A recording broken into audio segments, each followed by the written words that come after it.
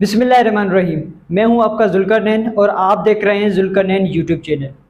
तो इस वक्त जो पूरे मुल्क में एक ही बात छाई हुई है, एक ही बात चल रही है हर जगह के इमरान खान और तोशा खाना। जो इमरान खान साहब के ऊपर इस वक्त तोशा खाना का केस चल रहा है, उस पर नज़र डालेंगे हम भी कि आज जो 3 अगस्त है तो क्या कार्रवाई चली तोशा खाना केस में। तो आज जो इमरान खान साहब के वकील हैं ख्वाजा हारिस, उन्होंने सेशन जज हुमायूं दिलावर साहब के सामने अपने दलाइल पेश किए और उन्होंने कहा कि हमें जो हमारे गवाहान थे वो भी चलाने का मौका नहीं दिया गया। ये हमारा हक़ है, ये हम अपना दिफ़ा करना चाहते हैं, अपने दिफ़ा के लिए ये हम चीज़ इस्तेमाल करते हैं। लेकिन ख्वाजा हारिस ने इस चीज़ को नहीं अहमियत दी और उन्होंने कहा कि आगे चलाएं और आज के दिन में फ़ैसला देंगे, फ़ैसला महफूज कर सकते हैं।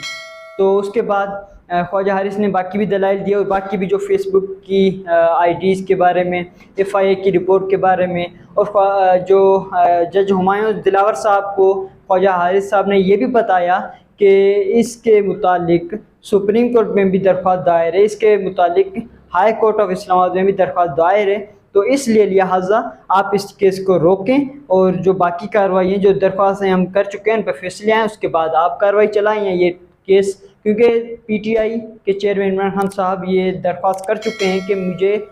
जज हुमायूं दिलावर साहब के पास केस नहीं चलाना, मुझे ट्रांसफ़र करके दिया जाए, तो वो फैसले आ जाएं।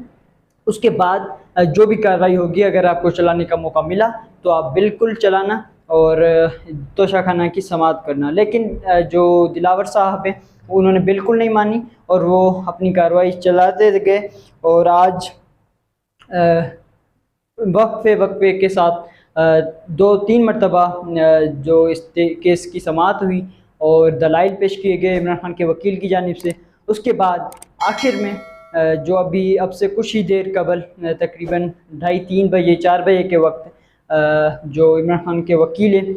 उनको जज हुमायूं दिलावर साहब ने कहा कि कल सुबह 8:30 बजे तक इस केस की समाअत मुलतवी की जाती है और 8:30 बजे इस केस की समाअत कल यानी 4 अगस्त जुमे के दिन 4 अगस्त सुबह 8:30 बजे इस केस की फिर से समाअत होगी और फिर इस केस को सुनकर और फैसला महफूज किया जाएगा। और हालांकि इस वक्त इसके मुतालिक दरख्वास्त हाई कोर्ट में भी दर्ज है, इसके मुतालिक दरख्वास्त जो है वो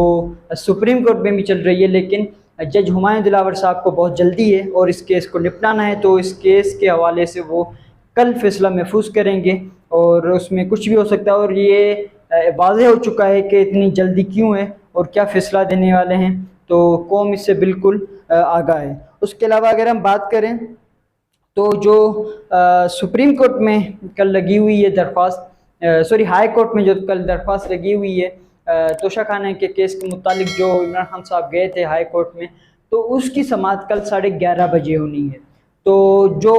केस चला रहे हैं उनकी समाअत पहले है और जो जिस केस के ऊपर जो बातचीत होनी है वो बाद में है। तो लिहाजा हमें तो ये लगता है कि जो जज हुमायूं दिलावर साहब को करना होगा वो हो जाएगा और बाकी अदालतें जब तक अपने फ़ैसले दें और करें तो ये बहुत बाहर निकल गया होगा तब तक, और ये एक अनफॉर्चुनेट डे।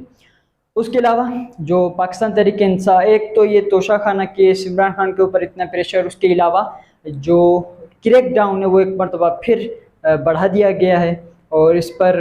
हमाद अज़हर साहब है जो उन्होंने भी ट्वीट किया था और ये एक वाज़ेह नज़र आ रहा है। गुज़िश्ता रोज़ जो उम्मीदवार हैं, टिकट होल्डर हैं, उनके घरों पर छापे लगे। उसके अलावा जो सीनियर रहनुमा पाकिस्तान तहरीक इंसाफ के जो डॉक्टर इफ्तिखार दुरानी साहब, उनके घर पर भी हमला किया गया, छापा मारा गया और उन्हें गैर कानूनी तौर पर गिरफ़्तार कर लिया गया है और कोई केस नहीं, कोई वारंट नहीं, कोई चार्जेस नहीं, बस उठा के ले गए और पता भी नहीं है कहाँ रखा गया है। तो इसको भी यही होगा कि ऑफ़र की जाएगी कि आप प्रेस कॉन्फ्रेंस करें और जाएं, चले जाएं। तो ये एक हमारे मुल्क में अंधा कानून है और इस इफ्तिखार दुरानी साहब की जो गिरफ़्तारी है उस पर चेयरमैन इमरान खान साहब ने खुद ने भी ट्वीट किया है और दुख का इज़हार किया है और उन्होंने बताया है कि ये एक गैर कानूनी गिरफ़्तारी है और ये जो हमारे साथ लोग खड़े हुए हैं उनके खिलाफ कार्रवाइयाँ हैं जब तक वो नहीं प्रेस कॉन्फ्रेंस करते। और जब प्रेस कॉन्फ्रेंस करते हैं तो वो धुले हो जाते हैं, उनके ऊपर केसेस खत्म, उनको बिल्कुल आज़ादाना तौर पर उन्हें रिहा किया जाता है। उसके अलावा एक हंसी की बात भी है और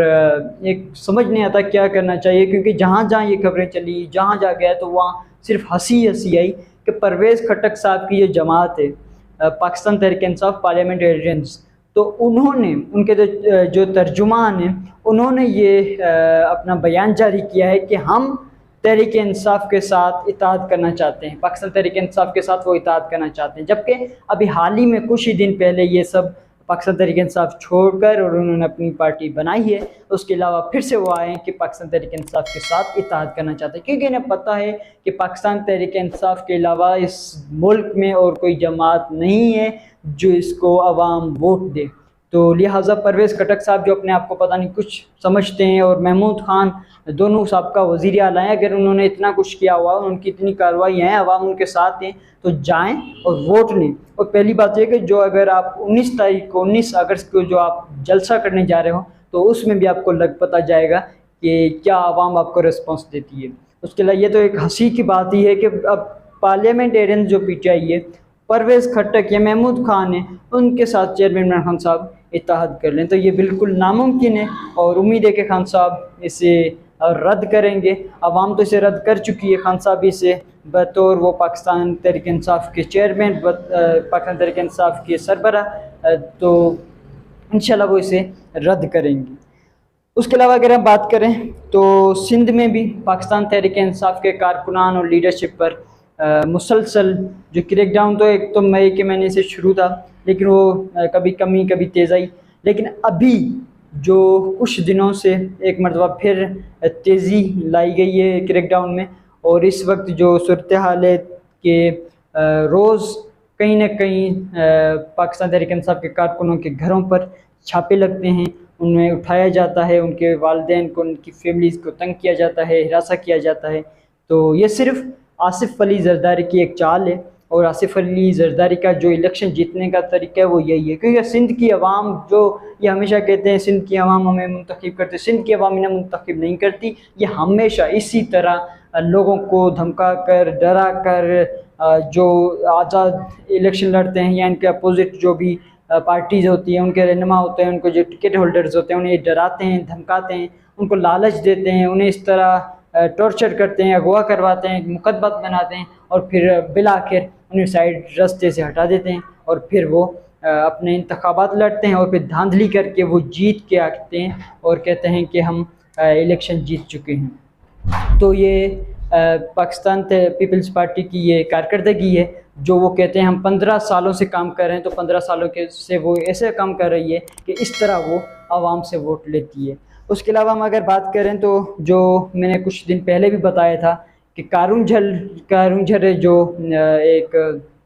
घूमने का मकाम भी है, एक वहाँ जबल है, तो पीपल्स पार्टी की नाअहल हुकूमत उसे भी बेचकर पैसा कमाना चाहती है। और जैसे सिंध का पानी बेचा, सिंध की हर चीज़, सिंध का जो आता है सिंध के अवाम के लिए वो, और तो और सैलाब में जो पैसे आए अवाम के घरों के लिए ये वो, तो उससे भी बिल्कुल पीपल्स पार्टी की हुकूमत ने खाया। और इस वक्त भी अगर जो कारुंझर है, सिंध की खूबसूरती है, सिंध का वो बहुत कुछ है, सिंध की आवाम उसे चाहती है, सिंध की आवाम पूरे पाकिस्तान से बल्कि वहाँ पे तफरीह के लिए आते हैं लोग, बजाय इसके अगर सिंध हुकूमत उसे बनाए, उसे कुछ बनाकर एक टूरिज़म का बनाए कि वो लोग घूमने आए वहाँ पे, यहाँ पीपल्स पार्टी और इसे ख़त्म करने में और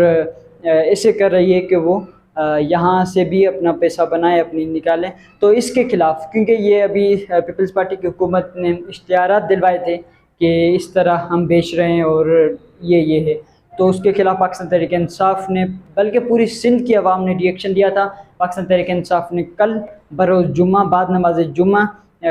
आपको पूरी सिंध को कॉल दी थी कि आप पूरी सिंध की आवाम निकले और इस जो पीपल्स पार्टी के इस कारनामे के ख़िलाफ़, इस जो घटिया हरकत के ख़िलाफ़ प्रोटेस्ट करें। तो आज तक यही खबरें थी, और कल जिस तरह एक अहम तरीन समात भी होने जा रही है, जिसमें ये वाज़ेह हो जाएगा कि ये हुकूमत, ये जज दिलावर साहब और ये बाकी पूरा सिस्टम क्या चाहता है, क्या करने जा रहे हैं। तो कल ये एक बहुत अहम समात है और हम अल्लाह ताला से दुआ गो हैं कि अल्लाह ताला हमारे मुल्क पर रहम फरमाए। तो अब तक के लिए यही है, और आगे भी जो ख़बरें होंगी आपके साथ शेयर की जाएंगी। तब तक मुझे दें इजाज़त। आपका ज़ुल्करनैन। अस्सलाम वालेकुम।